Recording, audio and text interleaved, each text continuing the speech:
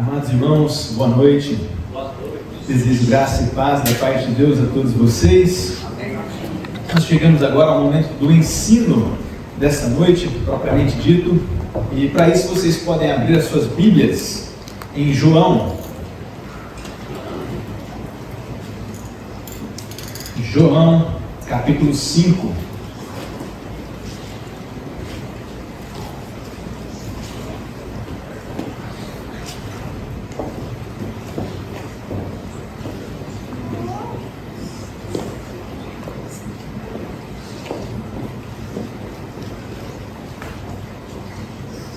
Farei a leitura do livro do Evangelho segundo João, capítulo 5, versos 22 e 23. Está escrito: E o Pai a ninguém julga, mas ao Filho confiou todo o julgamento, a fim de que todos honrem o Filho, do modo porque honram o Pai. Quem não honra o Filho, não honra o Pai que o enviou. Até aqui a leitura da palavra de Deus. Oremos. Senhor Deus, agradecemos por estarmos reunidos aqui como igreja, diante da sua palavra. Ó Deus, coloque em nós cada vez mais amor sincero por tudo que o Senhor nos deu a conhecer a respeito de Ti mesmo, a ponto de que nós venhamos a detestar o mal e o falso ensino. Ajuda-nos, ó Deus, nesta noite a discernir entre a verdade e o erro. Dá-nos, ó Deus, a clareza, a iluminação do Seu Santo Espírito, para que, olhando para a Sua palavra, ouvindo-a, nós possamos compreendê-la a ponto de rejeitar todo falso ensino. Em Cristo Jesus que nós rogamos. Amém. Os irmãos podem se assentar.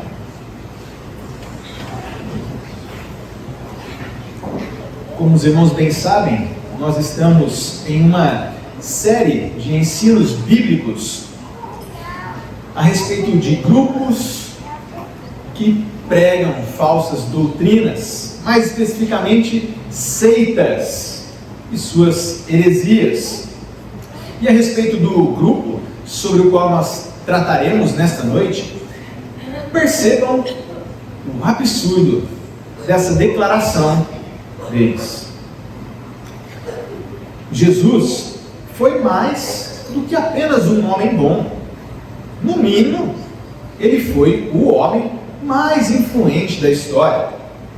A Bíblia mostra porque Jesus teve uma influência maior do que qualquer outro homem bom que já viveu.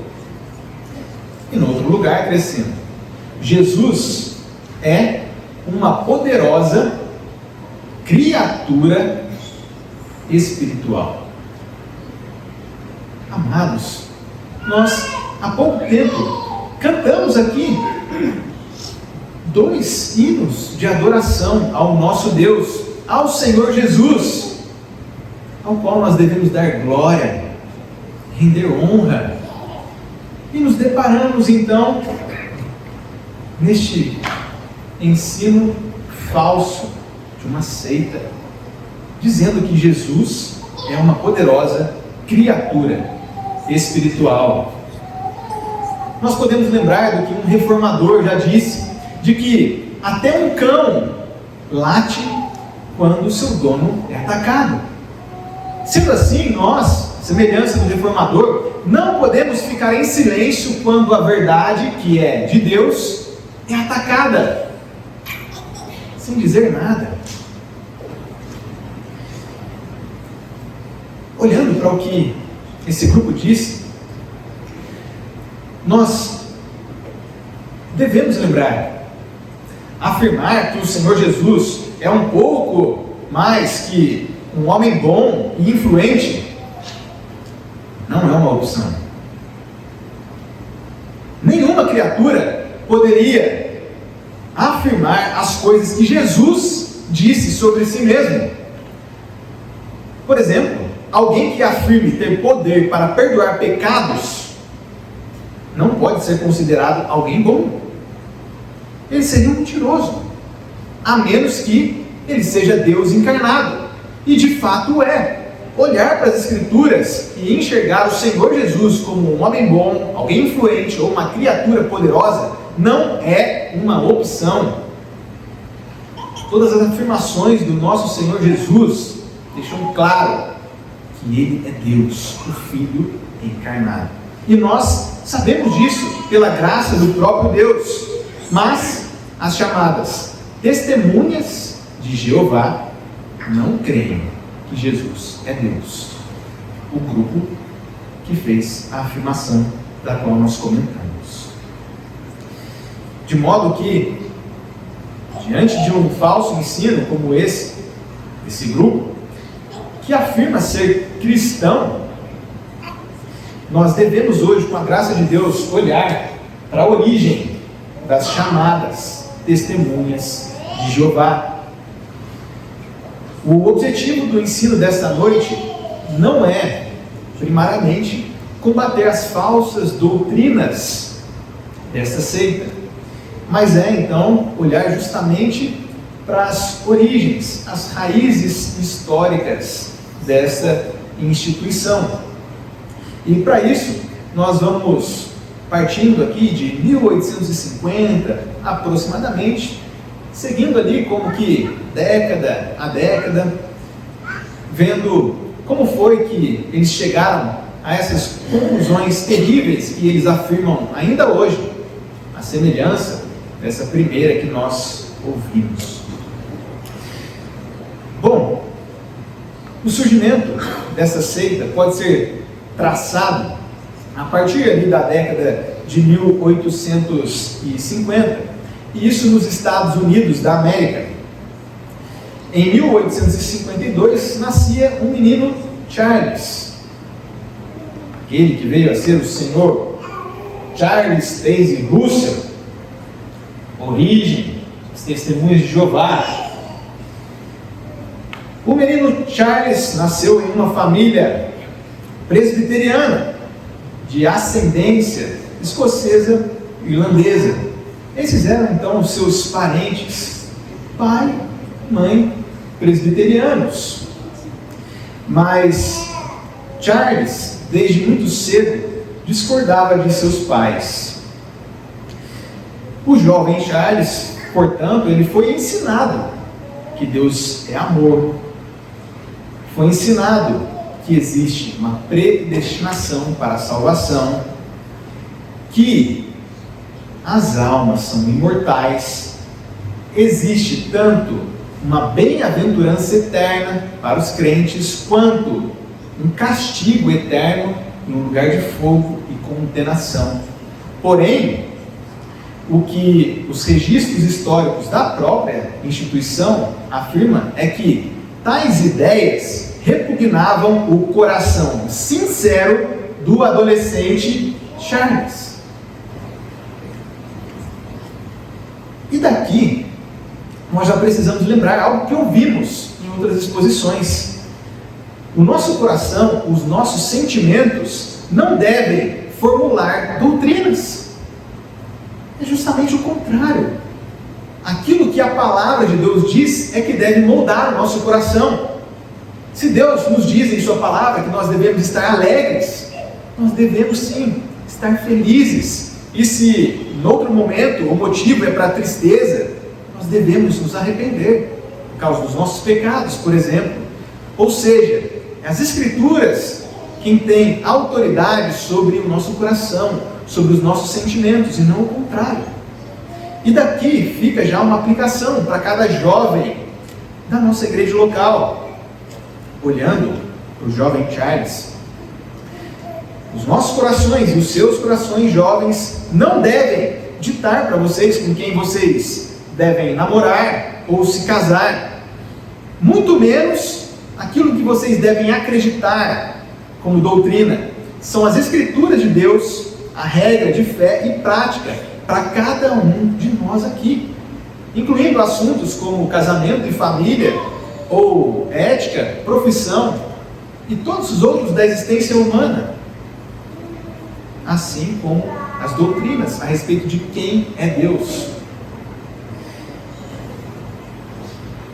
1 Coríntios capítulo 2, verso 14, diz que o homem natural não aceita as coisas do Espírito de Deus, porque eles são loucura, nem mesmo pode entendê-las, porque elas se discernem espiritualmente.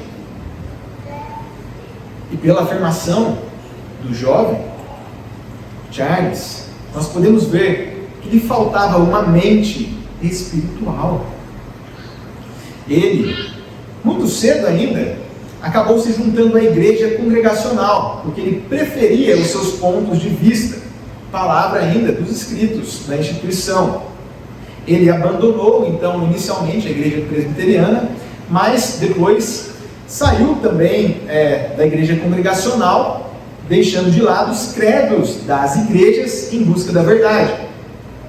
E até mesmo aceita a instituição, reconhece que Charles Taze Russell, ainda em sua adolescência, chegou a investigar algumas religiões orientais, em busca da verdade, vindo a descobrir que eram insatisfatórias.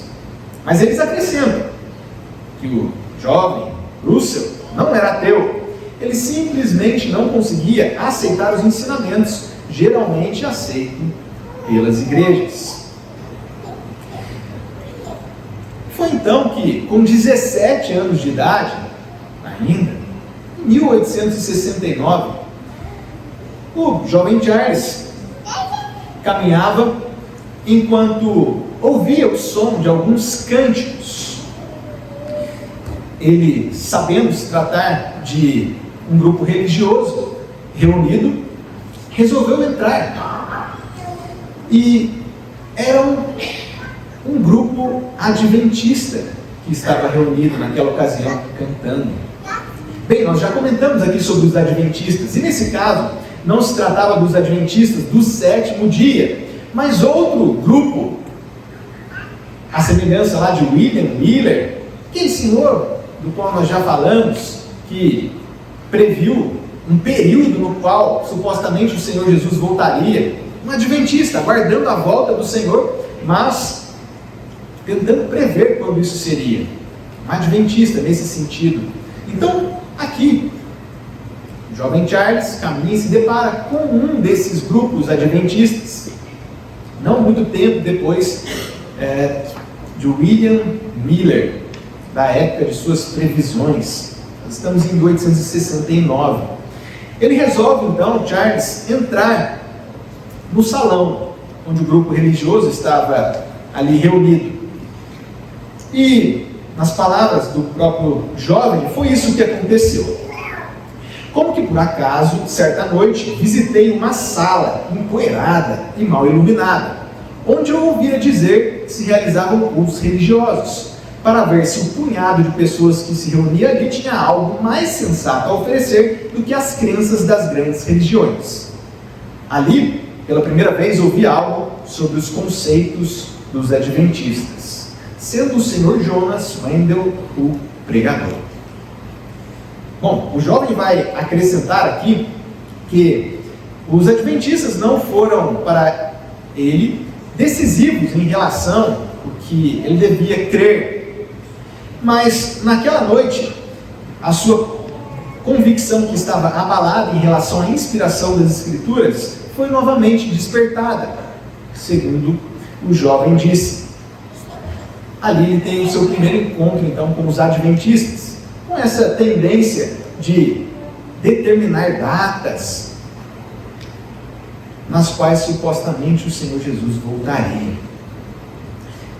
Aliás, essa será uma das falsas doutrinas do Sr. Russell sobre a volta do Senhor Jesus. Mas vamos com calma. Ainda com 18 anos de idade, o jovem afirma que aquela reunião adventista renovou o seu ânimo em buscar a verdade. Foi então que ele e alguns amigos de sua vizinhança formaram uma classe para estudo da Bíblia. E foi assim que os testemunhas de Jeová ficaram conhecidos inicialmente como estudantes da Bíblia. Mais tarde, esse episódio todo, ele será descrito como o cumprimento de uma profecia, A seita considera que Deus, Jeová, como eles chamam, enviou o seu mensageiro para preparar o caminho de um reino messiânico. Então Charles Taze Russell, aos seus 18 anos de idade, era como que um mensageiro, reunindo estudantes da Bíblia, para que pudessem aproximar-se mais da verdade, segundo eles. Eles dizem também que a partir da década de 1870, iniciou-se uma colheita, aquele momento no qual o joio é separado do trigo. Ali, segundo eles, começou a aparecer a clara diferença entre os cristãos verdadeiros e os falsos. Adivinham quem eram os verdadeiros? Charles e seus vizinhos. Pouco mais tarde, próximo dos 24 anos de idade, numa certa manhã, Charles recebeu um exemplar de um periódico religioso, ainda adventista, aquele conceito mais amplo, da volta do Senhor Jesus, amplo e falso. E agora então, depois de uma visita ao grupo religioso e recebendo uma revista, um exemplar, ele passou a perguntar-se: será que as profecias sobre cronologia visavam realmente a indicar quando o nosso Senhor estaria presente? E presente é a palavra que eles preferem utilizar para a volta do Senhor. Charles então questionou-se a respeito disso, a ponto de que ele fez questão de entrar em contato com o editor do periódico e marcar um encontro pessoal. Tratava-se do senhor Barbour, Nelson Barbour. Esse senhor conseguiu convencer Charles Russell de que a presença invisível de Cristo já começara em 1874. Lembram-se daquela questão, da volta do Senhor? Então, aqui, o Senhor Jesus, ele havia voltado, ele estava presente invisivelmente, já reinando. Era o conceito ensinado pelo Senhor Barbour, do qual o Senhor Charles Russell passou também a crer. Então, segundo ambos, a partir de agora, Jesus voltou no sentido de que, como rei, ele dirigia a sua atenção para a terra. Além dessa previsão em relação à presença do Senhor Jesus, como que a sua volta e a sua permanência, o Senhor Russell, fundador dos Testemunhos de Jeová, ele apontou a data de 1914 como o fim dos tempos dos gentios, ou seja, era o grande dia da salvação, em que eles pensavam iriam para o céu. O Senhor Jesus já voltou, está presente, e em 1914 será a grande salvação, a grande ida para o céu. Essa agora era a nova data, 1914. Viviam nessa expectativa. Mas como nós já aprendemos, esse antigo erro adventista de cronologia está totalmente contra o que as Escrituras afirmam. O Senhor Jesus disse: mas a respeito daquele dia e hora, ninguém sabe, nem os anjos dos céus, nem o Filho, senão o Pai. Mateus 24, 36. Russell, porém, contra as Escrituras, resolveu renunciar aos seus interesses comerciais, seu trabalho, para devotar-se à pregação. E agora nós temos mais um adventista, por assim dizer, saindo pelas cidades a anunciar um tempo em que os supostos crentes iriam para o céu. Além disso, o senhor Russell, o fundador da seita, ele resolveu que uma revista mensal seria necessária para propagar os seus ensinos. Foi assim que, mais tarde, ele convenceu o senhor Nelson Barbour de voltar a publicar o seu periódico, que em certa altura já tinha saído de publicação por falta de recursos. Com a ajuda de Russell, o senhor Barbour voltou então a publicar o tal periódico chamado Herald.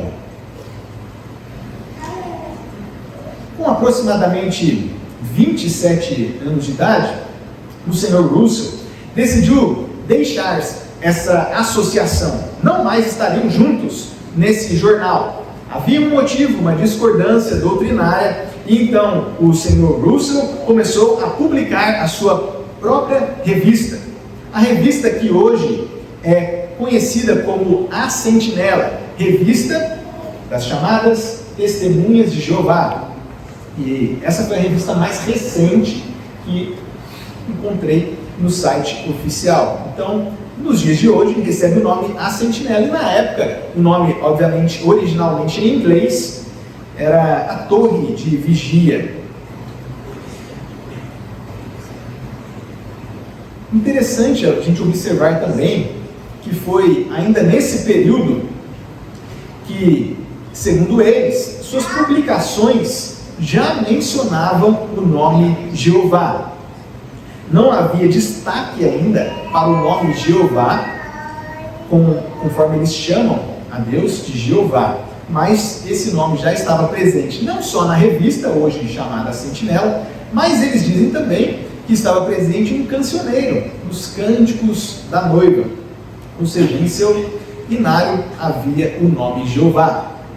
E conforme nós devemos nos lembrar, o motivo deles utilizarem esse nome é o modo como eles entendem a pronúncia do nome de Deus na língua hebraica, um tetragrama. São 4 letras hebraicas usadas para o nome de Deus.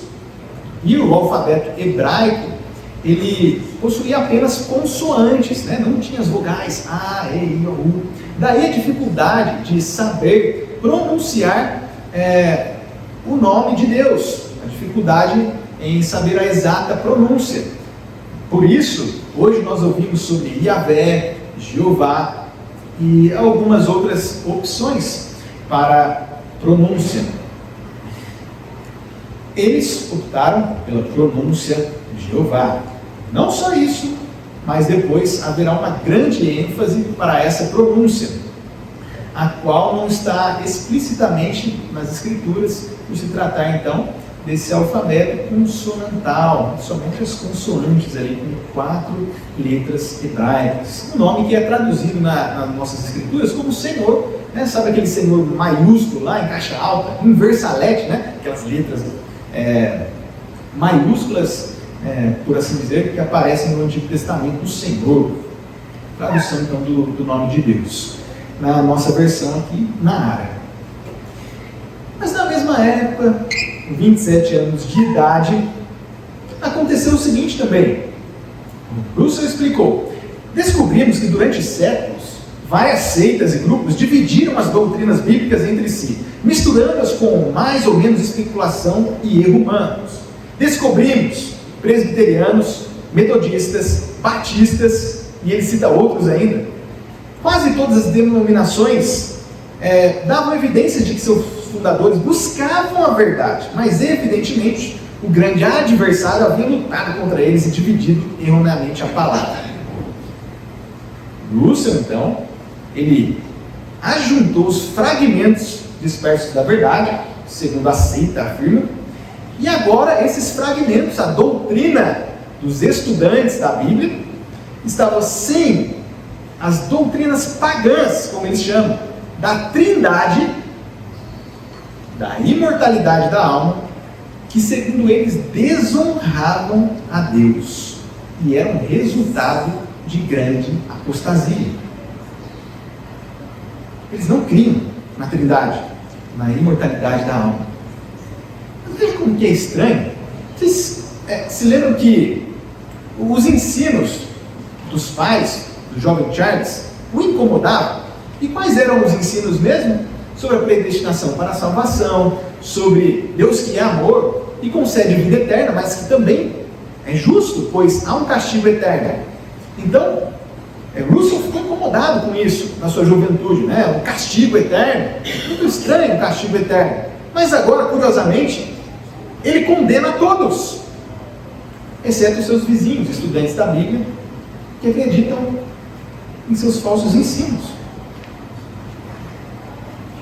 Russell condenou presbiterianos, batistas e tantos outros. Ainda ali aos seus 28 anos de idade, ele chegou à conclusão de que os leitores de sua revista, que hoje é chamada de A Sentinela, deviam encorajar-se mutuamente. Não só agora os seus vizinhos, estudantes da Bíblia, mas aqueles que estavam recebendo os exemplares da Sentinela, o nome de hoje, eles também tinham que se encontrar e encorajar-se. Isso resultou logo na formação de diversas classes ou congregações, ou seja, estavam formando igrejas locais. E qual era o objetivo de Russell com isso? Viajando, publicando revistas, claramente, a seita explica que os leitores da revista eram exortados a se separarem de sistemas eclesiásticos corruptos e mundanos. Quais sistemas? Aqueles que acreditam na Trindade: Deus, Pai, Filho e Espírito Santo. Um só Deus, 3 pessoas. Os leitores da revista deviam separar-se desses sistemas eclesiásticos protestantes. Um ano à frente, houve a primeira convocação de homens e mulheres, os leitores da revista, para que pudessem oferecer de casa em casa esse falso ensino do Sr. Russell. Daí a gente observar nos dias de hoje que os testemunhas de Jeová costumam apertar a nossa campainha.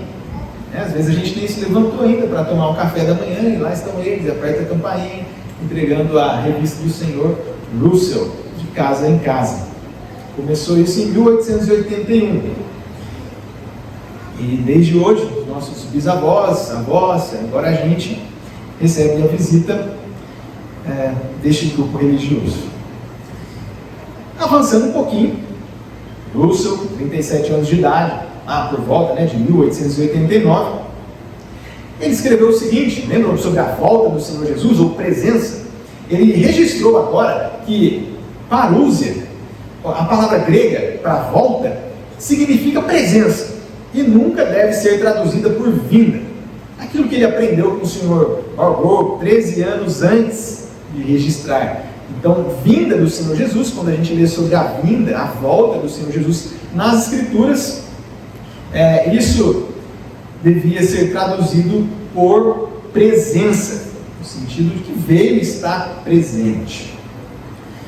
Então, esse seria o governo invisível do Senhor Jesus Cristo, nesse sentido.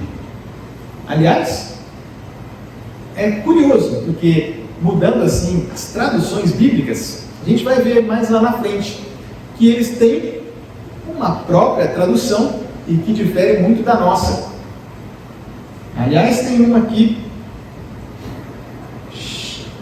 velhinha, tradução do Novo Mundo das Escrituras Sagradas.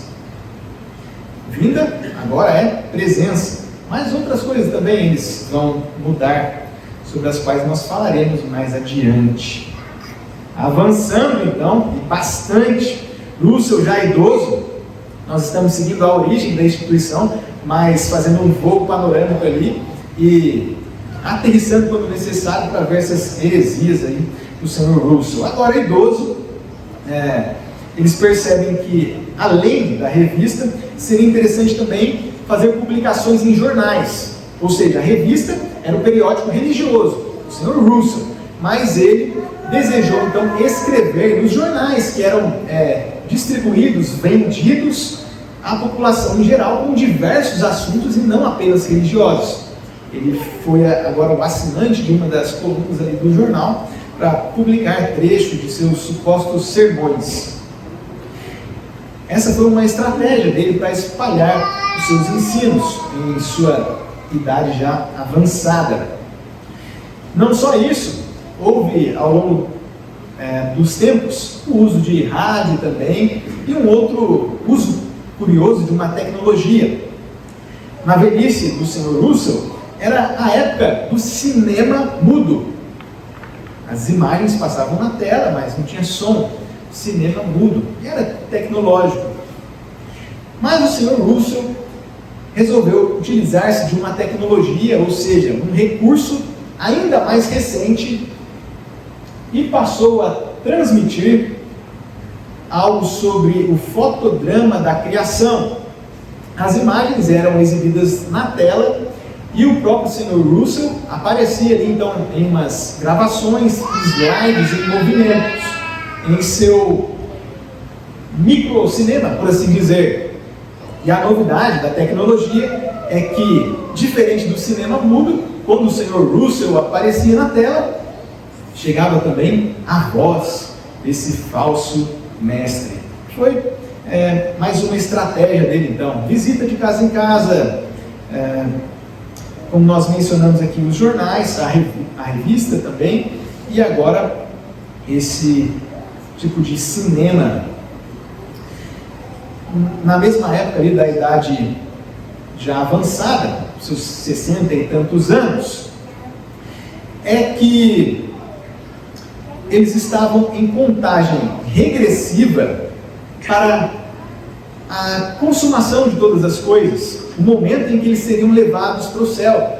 Lembram-se lá da data de 1914, da expectativa? Para eles, a expectativa não tinha diminuído, na verdade ele foi avançando de cidade em cidade e pregando sobre esta ida ao céu em 1914, ao ponto de que os leitores e ouvintes do Sr. Russell passaram a fazer uma contagem regressiva usando um cartão que leva o título ali, ser fiel até a morte. Aquela questão de cronologia toda que inicialmente Russell discordava, ele não só aceitou, como ampliou os falsos ensinos, e agora os seus fiéis são encorajados a usar um cartão de contagem regressiva. E é 1914, chegando a idade já avançada do Sr. Russell, mas todo animado com suas heresias. Eles afirmam, pensávamos seriamente que iríamos para o céu durante a primeira semana daquele mês de outubro de 1914. E outubro de 1914 estava ali, quando eles pensavam que iriam para o céu. Porém, o que aconteceu em 1914? Eles passaram a sofrer na Terra. Primeira Guerra Mundial. Totalmente contrário do que o Sr. Russell havia supostamente predito. Em vez de céu, um sofrimento. Foi então que o ensino, à semelhança dos adventistas sobre os quais nós comentamos em outra aula, foi adaptado. E o movimento não morreu, não acabou. Eles continuaram afirmando que o Senhor Jesus estava governando ativamente como rei e que aquela antiga data na qual a presença do Senhor Jesus já estava ali como governante, na verdade a nova data passou a ser 1914. A nova data da presença do Senhor Jesus reinando lá agora é 1914 e não mais aquela que o Senhor Balboa havia ensinado para Russell. Já idoso, como nós havíamos dito, aos seus 64 anos de idade, ou seja, 2 anos após a decepção de não ter ido para o céu, o Sr. Charles Taze Russell faleceu. A despeito, então, apesar da falha de sua profecia, sua previsão, e apesar de seu falecimento, o movimento também não morreu, não acabou. Porque no ano seguinte, foi sugerido o nome do Sr. Rutherford para o cargo, em lugar do Sr. Russell. E o senhor Rutherford agora era presidente dos estudantes da Bíblia, aqueles que serão as testemunhas de Jeová, como assim se chamam. E foi em aproximadamente 1919 que houve um destaque para o seguinte: o texto que está em Isaías 43, como eles publicam, eles olham para o texto que diz: vós sois as minhas testemunhas. Segundo eles, é a pronunciação de Jeová: sim, meu servo a quem escolhi. E essas publicações, então, as revistas, jornais e todo o falso ensino, passou a utilizar o nome de testemunha com mais frequência. Os estudantes da Bíblia agora são as testemunhas do Senhor Deus Jeová, a pronúncia que eles escolheram para si. Em 1919 isso. E foi no ano seguinte a primeira chegada dos estudantes da Bíblia ao Brasil. Entre 1920 e 1923 foi ali a primeira visita e o estabelecimento desses supostos estudantes da Bíblia aqui em nosso país. E em 1931, ou seja, 10 anos depois, foi que eles adotaram o nome que, segundo eles, realmente os distingue: Testemunhas de Jeová. O nome emprestado lá de Isaías, o livro bíblico, e Jeová, a pronúncia que eles haviam escolhido para si. Esse foi o nome agora oficial, adotado até os dias de hoje: Testemunhas de Jeová. E a partir daqui, então, eles entendem que passaram a ser distinguidos mais claramente do mundo e dos descrentes.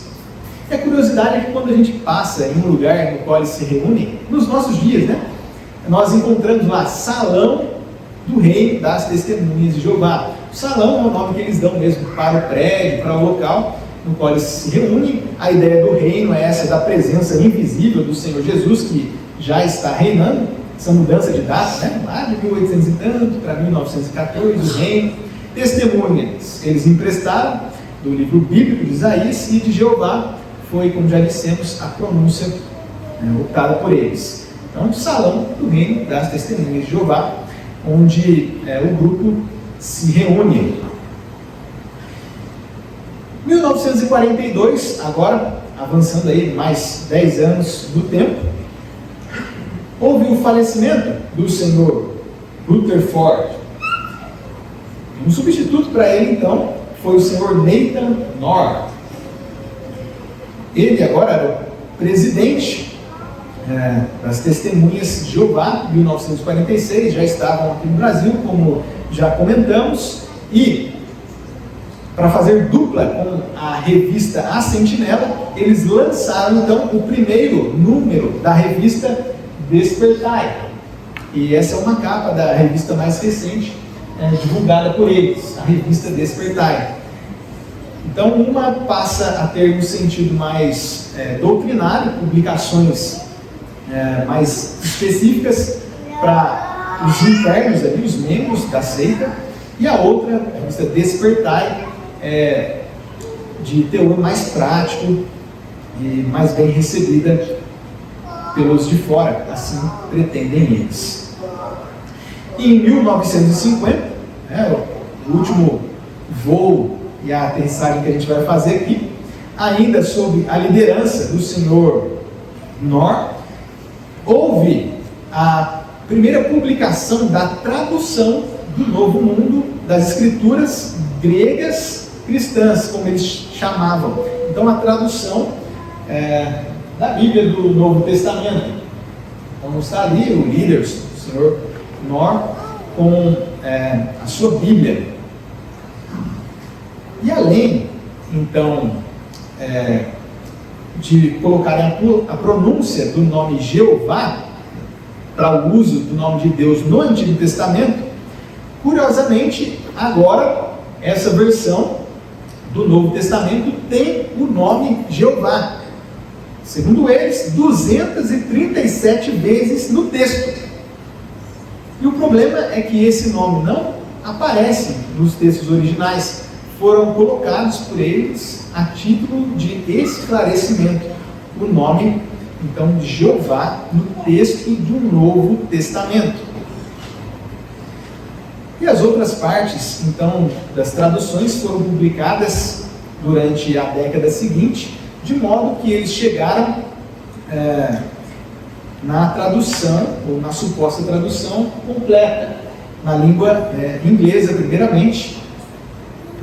E temos um exemplar aqui da tradução em português, então usada por esta seita, a tradução do Novo Mundo das Escrituras Sagradas, ou seja, texto hebraico e grego traduzidos para a nossa língua, para o nosso idioma. Dentro desse voo panorâmico, então, nós nos deparamos com a origem das testemunhas de Jeová. Nós vimos aqui o início lá com o Sr. Russell, incomodado com os ensinos bíblicos da imortalidade da alma, ensino sobre o amor de Deus e a salvação, a bem-aventurança eterna, mais incomodado especialmente com a condenação eterna e o fogo destinado aos descrentes. Nós vimos isso com a juventude do Sr. Russell. A aproximação dele do Adventismo, ou seja, estabelecer datas, cronologias para a volta do Senhor Jesus, para a sua presença, ou então para o desfecho final, no qual os fiéis supostamente iriam para o céu. Vimos o fracasso todo em 1914, os substitutos, o nome escolhido, Testemunhas de Jeová. Vimos todas essas coisas a respeito, então, desta seita. Outros assuntos ainda poderiam ser mencionados, e na verdade até mais conhecidos, sobre esta instituição e seus membros, porque eles não fazem transfusões de sangue, não se envolvem em guerras. Curiosamente, em 1914 estava tendo guerra, Eles não se envolvem em guerras. Até que a estratégia foi boa, digamos assim. E a brincadeira é mais para ser didática mesmo.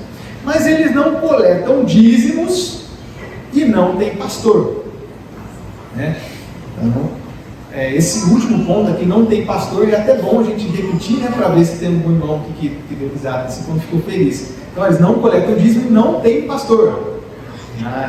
Ninguém gostou dessa ideia, até porque esse é um ensino bíblico, tanto dos dízimos, ofertas, em relação aos pastores também, que atuam debaixo do Supremo Pastor, o Senhor Jesus.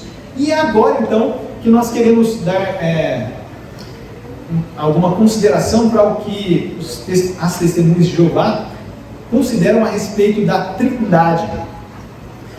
Pois, desde o início já ficou claro que eles discordam de que existe um só Deus, 3 pessoas: Pai, Filho e Espírito Santo. Eles discordam disso. E a Bíblia, ou a tradução deles, do texto bíblico, vem justamente para contribuir com suas falsas doutrinas. Porque, pasmem, mas eles adulteraram o texto bíblico, o que pode ser conferido com bastante acessibilidade, tanto em qualquer dos exemplares de suas supostas Bíblias, como no site oficial da instituição também, pois atualmente eles disponibilizam a tradução toda lá, bem como alguns recursos e estudos. Eles adulteraram. E, além de incluir o nome Jeová diversas vezes nas Escrituras, incluindo no Novo Testamento também, eles fizeram outras seríssimas modificações a respeito do Espírito Santo e do Senhor Jesus, pois eles não acreditam na Trindade. De modo que, quando nós abrimos a Escritura, ou a tradução deles, em Gênesis 1, versos 1 e 2, o que nós encontramos é o seguinte: no princípio, Deus criou os céus e a terra. A terra era vazia e deserta, e havia sobre as águas profundas escuridão, e a força ativa de Deus movia-se por sobre as águas. A força ativa de Deus movia-se sobre as águas. Basta a gente conferir aqui na nossa tradução, que corresponde ao texto hebraico original e à totalidade das Escrituras Sagradas, tanto do Antigo como do Novo Testamento. A tradução correta é que o Espírito de Deus movia-se por sobre as águas. A gente pode, por exemplo, consultar até mesmo textos da falsa tradução, da seita, e verificar que o Espírito Santo é Deus, pois isso não é afirmado em apenas um ou no outro versículo, mas nas Escrituras como um todo. Então, quando aparece a palavra que corresponde ao Espírito Santo, ou eles traduzem como força ativa de Deus, pois é o que eles consideram. Eles não chamam o Espírito Santo de quem, mas de o que. O que é o Espírito Santo? Respondem à força ativa de Deus. Traduzem dessa forma. E em outros lugares traduzem como Espírito Santo, então, com E minúsculo. Apesar disso, de modificarem palavras, o todo, a frase ou o contexto, é algo que eles, se modificassem, estariam deixando escancarado ainda mais para todos os leitores que estavam fraudando as Escrituras. Então eles mudam palavras, mas nem sempre vão mudar frases e contextos. De modo que, quando a gente abre as Escrituras, ou a tradução deles, por exemplo, no Novo Testamento, e a gente chega ao conhecido texto de Ananias e Safira, nós encontramos lá claramente que o Espírito Santo é Deus. Lembram-se lá de Ananias e Safira? O casal que resolveu vender um campo, esconder parte do dinheiro e entregar como se fosse a totalidade, como oferta ali aos apóstolos. Como está na tradução deles. Mas Pedro disse a Ananias: como Satanás levou você a mentir de forma descarada ao Espírito Santo? Lembram-se? Espírito Santo, só que com letras minúsculas, a força ativa, segundo eles. E que blasfêmia! Então, como Satanás levou você a mentir de forma descarada ao Espírito Santo e ficar secretamente com parte do valor do campo? O campo não era seu antes de você o vender, e depois de ter sido vendido, o valor não ficou sob o seu controle?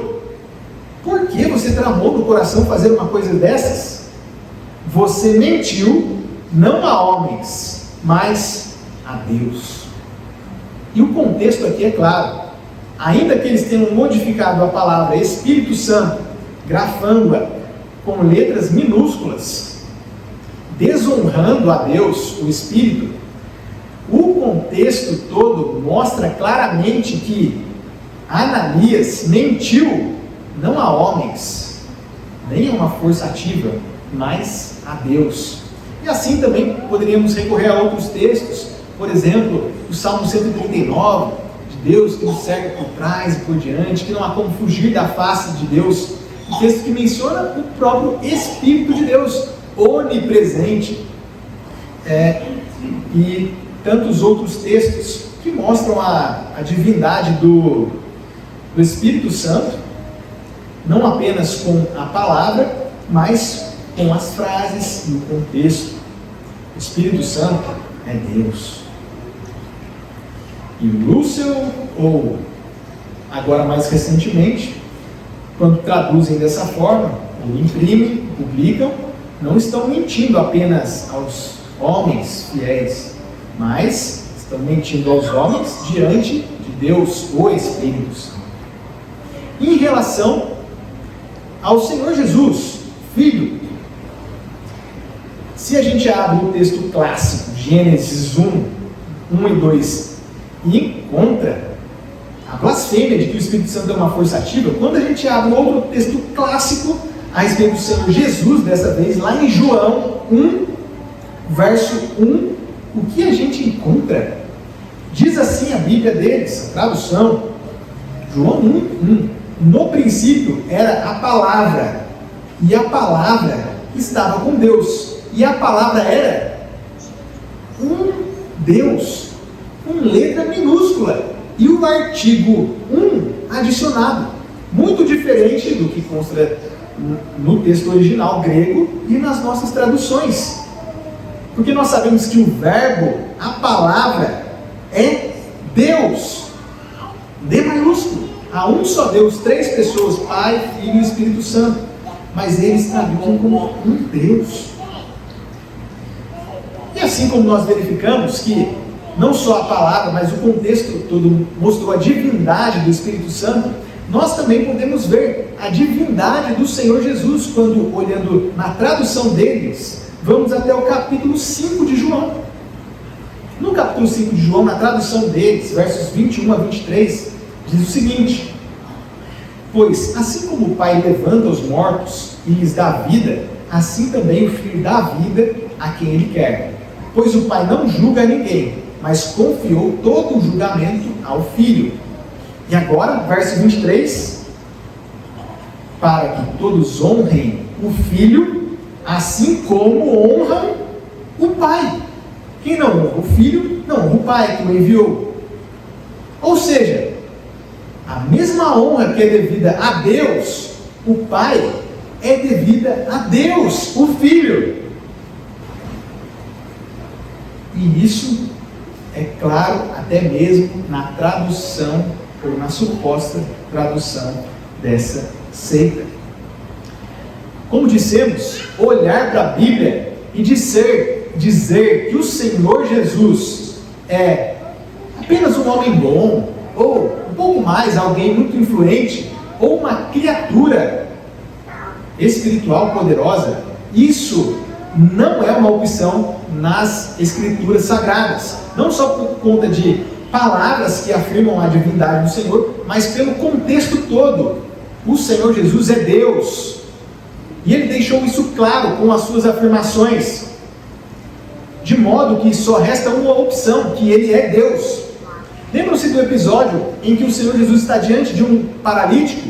E o Senhor Jesus diz o quê? Diz algo que é do próprio Deus. Vendo-lhes a fé, Jesus disse ao paralítico: filho, os teus pecados estão perdoados. O que os fariseus entenderam disso? Mas alguns dos escribas estavam assentados ali e arrazoavam em seu coração: por que fala ele deste modo? Isto é blasfêmia. Quem pode perdoar pecados senão um, que é Deus? Ou seja, aquilo que o Senhor Jesus afirma sobre Ele mesmo é que Jesus é Deus.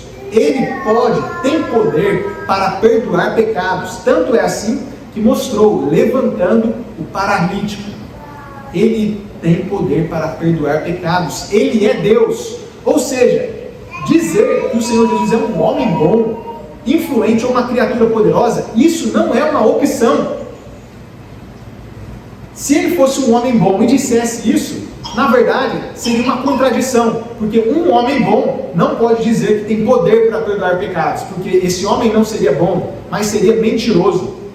Sendo assim, o sistema das testemunhas de Jeová é totalmente falso, não só pelas palavras que eles adulteram, mas por dizer que na mente deles um homem bom perdoa pecados e continua sendo um homem bom ou uma criatura espiritual poderosa. Isso não é uma opção. Só nos resta confessar: o Senhor Jesus Cristo é Deus. Isso fica claro, tanto pelas palavras utilizadas para o nosso Senhor, como por suas próprias afirmações, quanto por o contexto completo das Escrituras Sagradas. E aqui vai um lembrete. Como nós já lemos, quem não honra o Filho, não honra o Pai que o enviou. Isso é uma séria advertência para cada um de nós, que hoje aprendemos sobre a origem das chamadas testemunhas de Jeová. Nós devemos honra, glória, submissão ao Senhor Jesus, assim como cantamos hoje no início do culto. E se alguém tem algum pensamento errado a respeito do Senhor Jesus, diminuindo a um homem bom, a pessoa de boa moral, alguém influente ou uma criatura poderosa, deve arrepender-se imediatamente, buscar perdão de Deus, Pai, Filho e Espírito Santo, porque se alguém não honra o Filho, não honra o Pai que o enviou. e isso está até mesmo na falsa tradução das testemunhas de Jeová. Devemos honrar o Filho, devemos honrar ao Senhor Jesus Cristo, que é Deus. Então, se alguém tinha um pensamento menor, diminuído em relação ao Senhor Jesus, se arrependa, creia nele. É justamente porque Ele é Deus encarnado que nós temos perdão dos nossos pecados, porque Ele tem poder para perdoar pecados, sendo Deus, mas também porque, sendo Deus, se fazendo homem, Ele foi 100% Deus e 100% homem, à exceção do pecado, e por isso Ele pôde ser um substituto perfeito.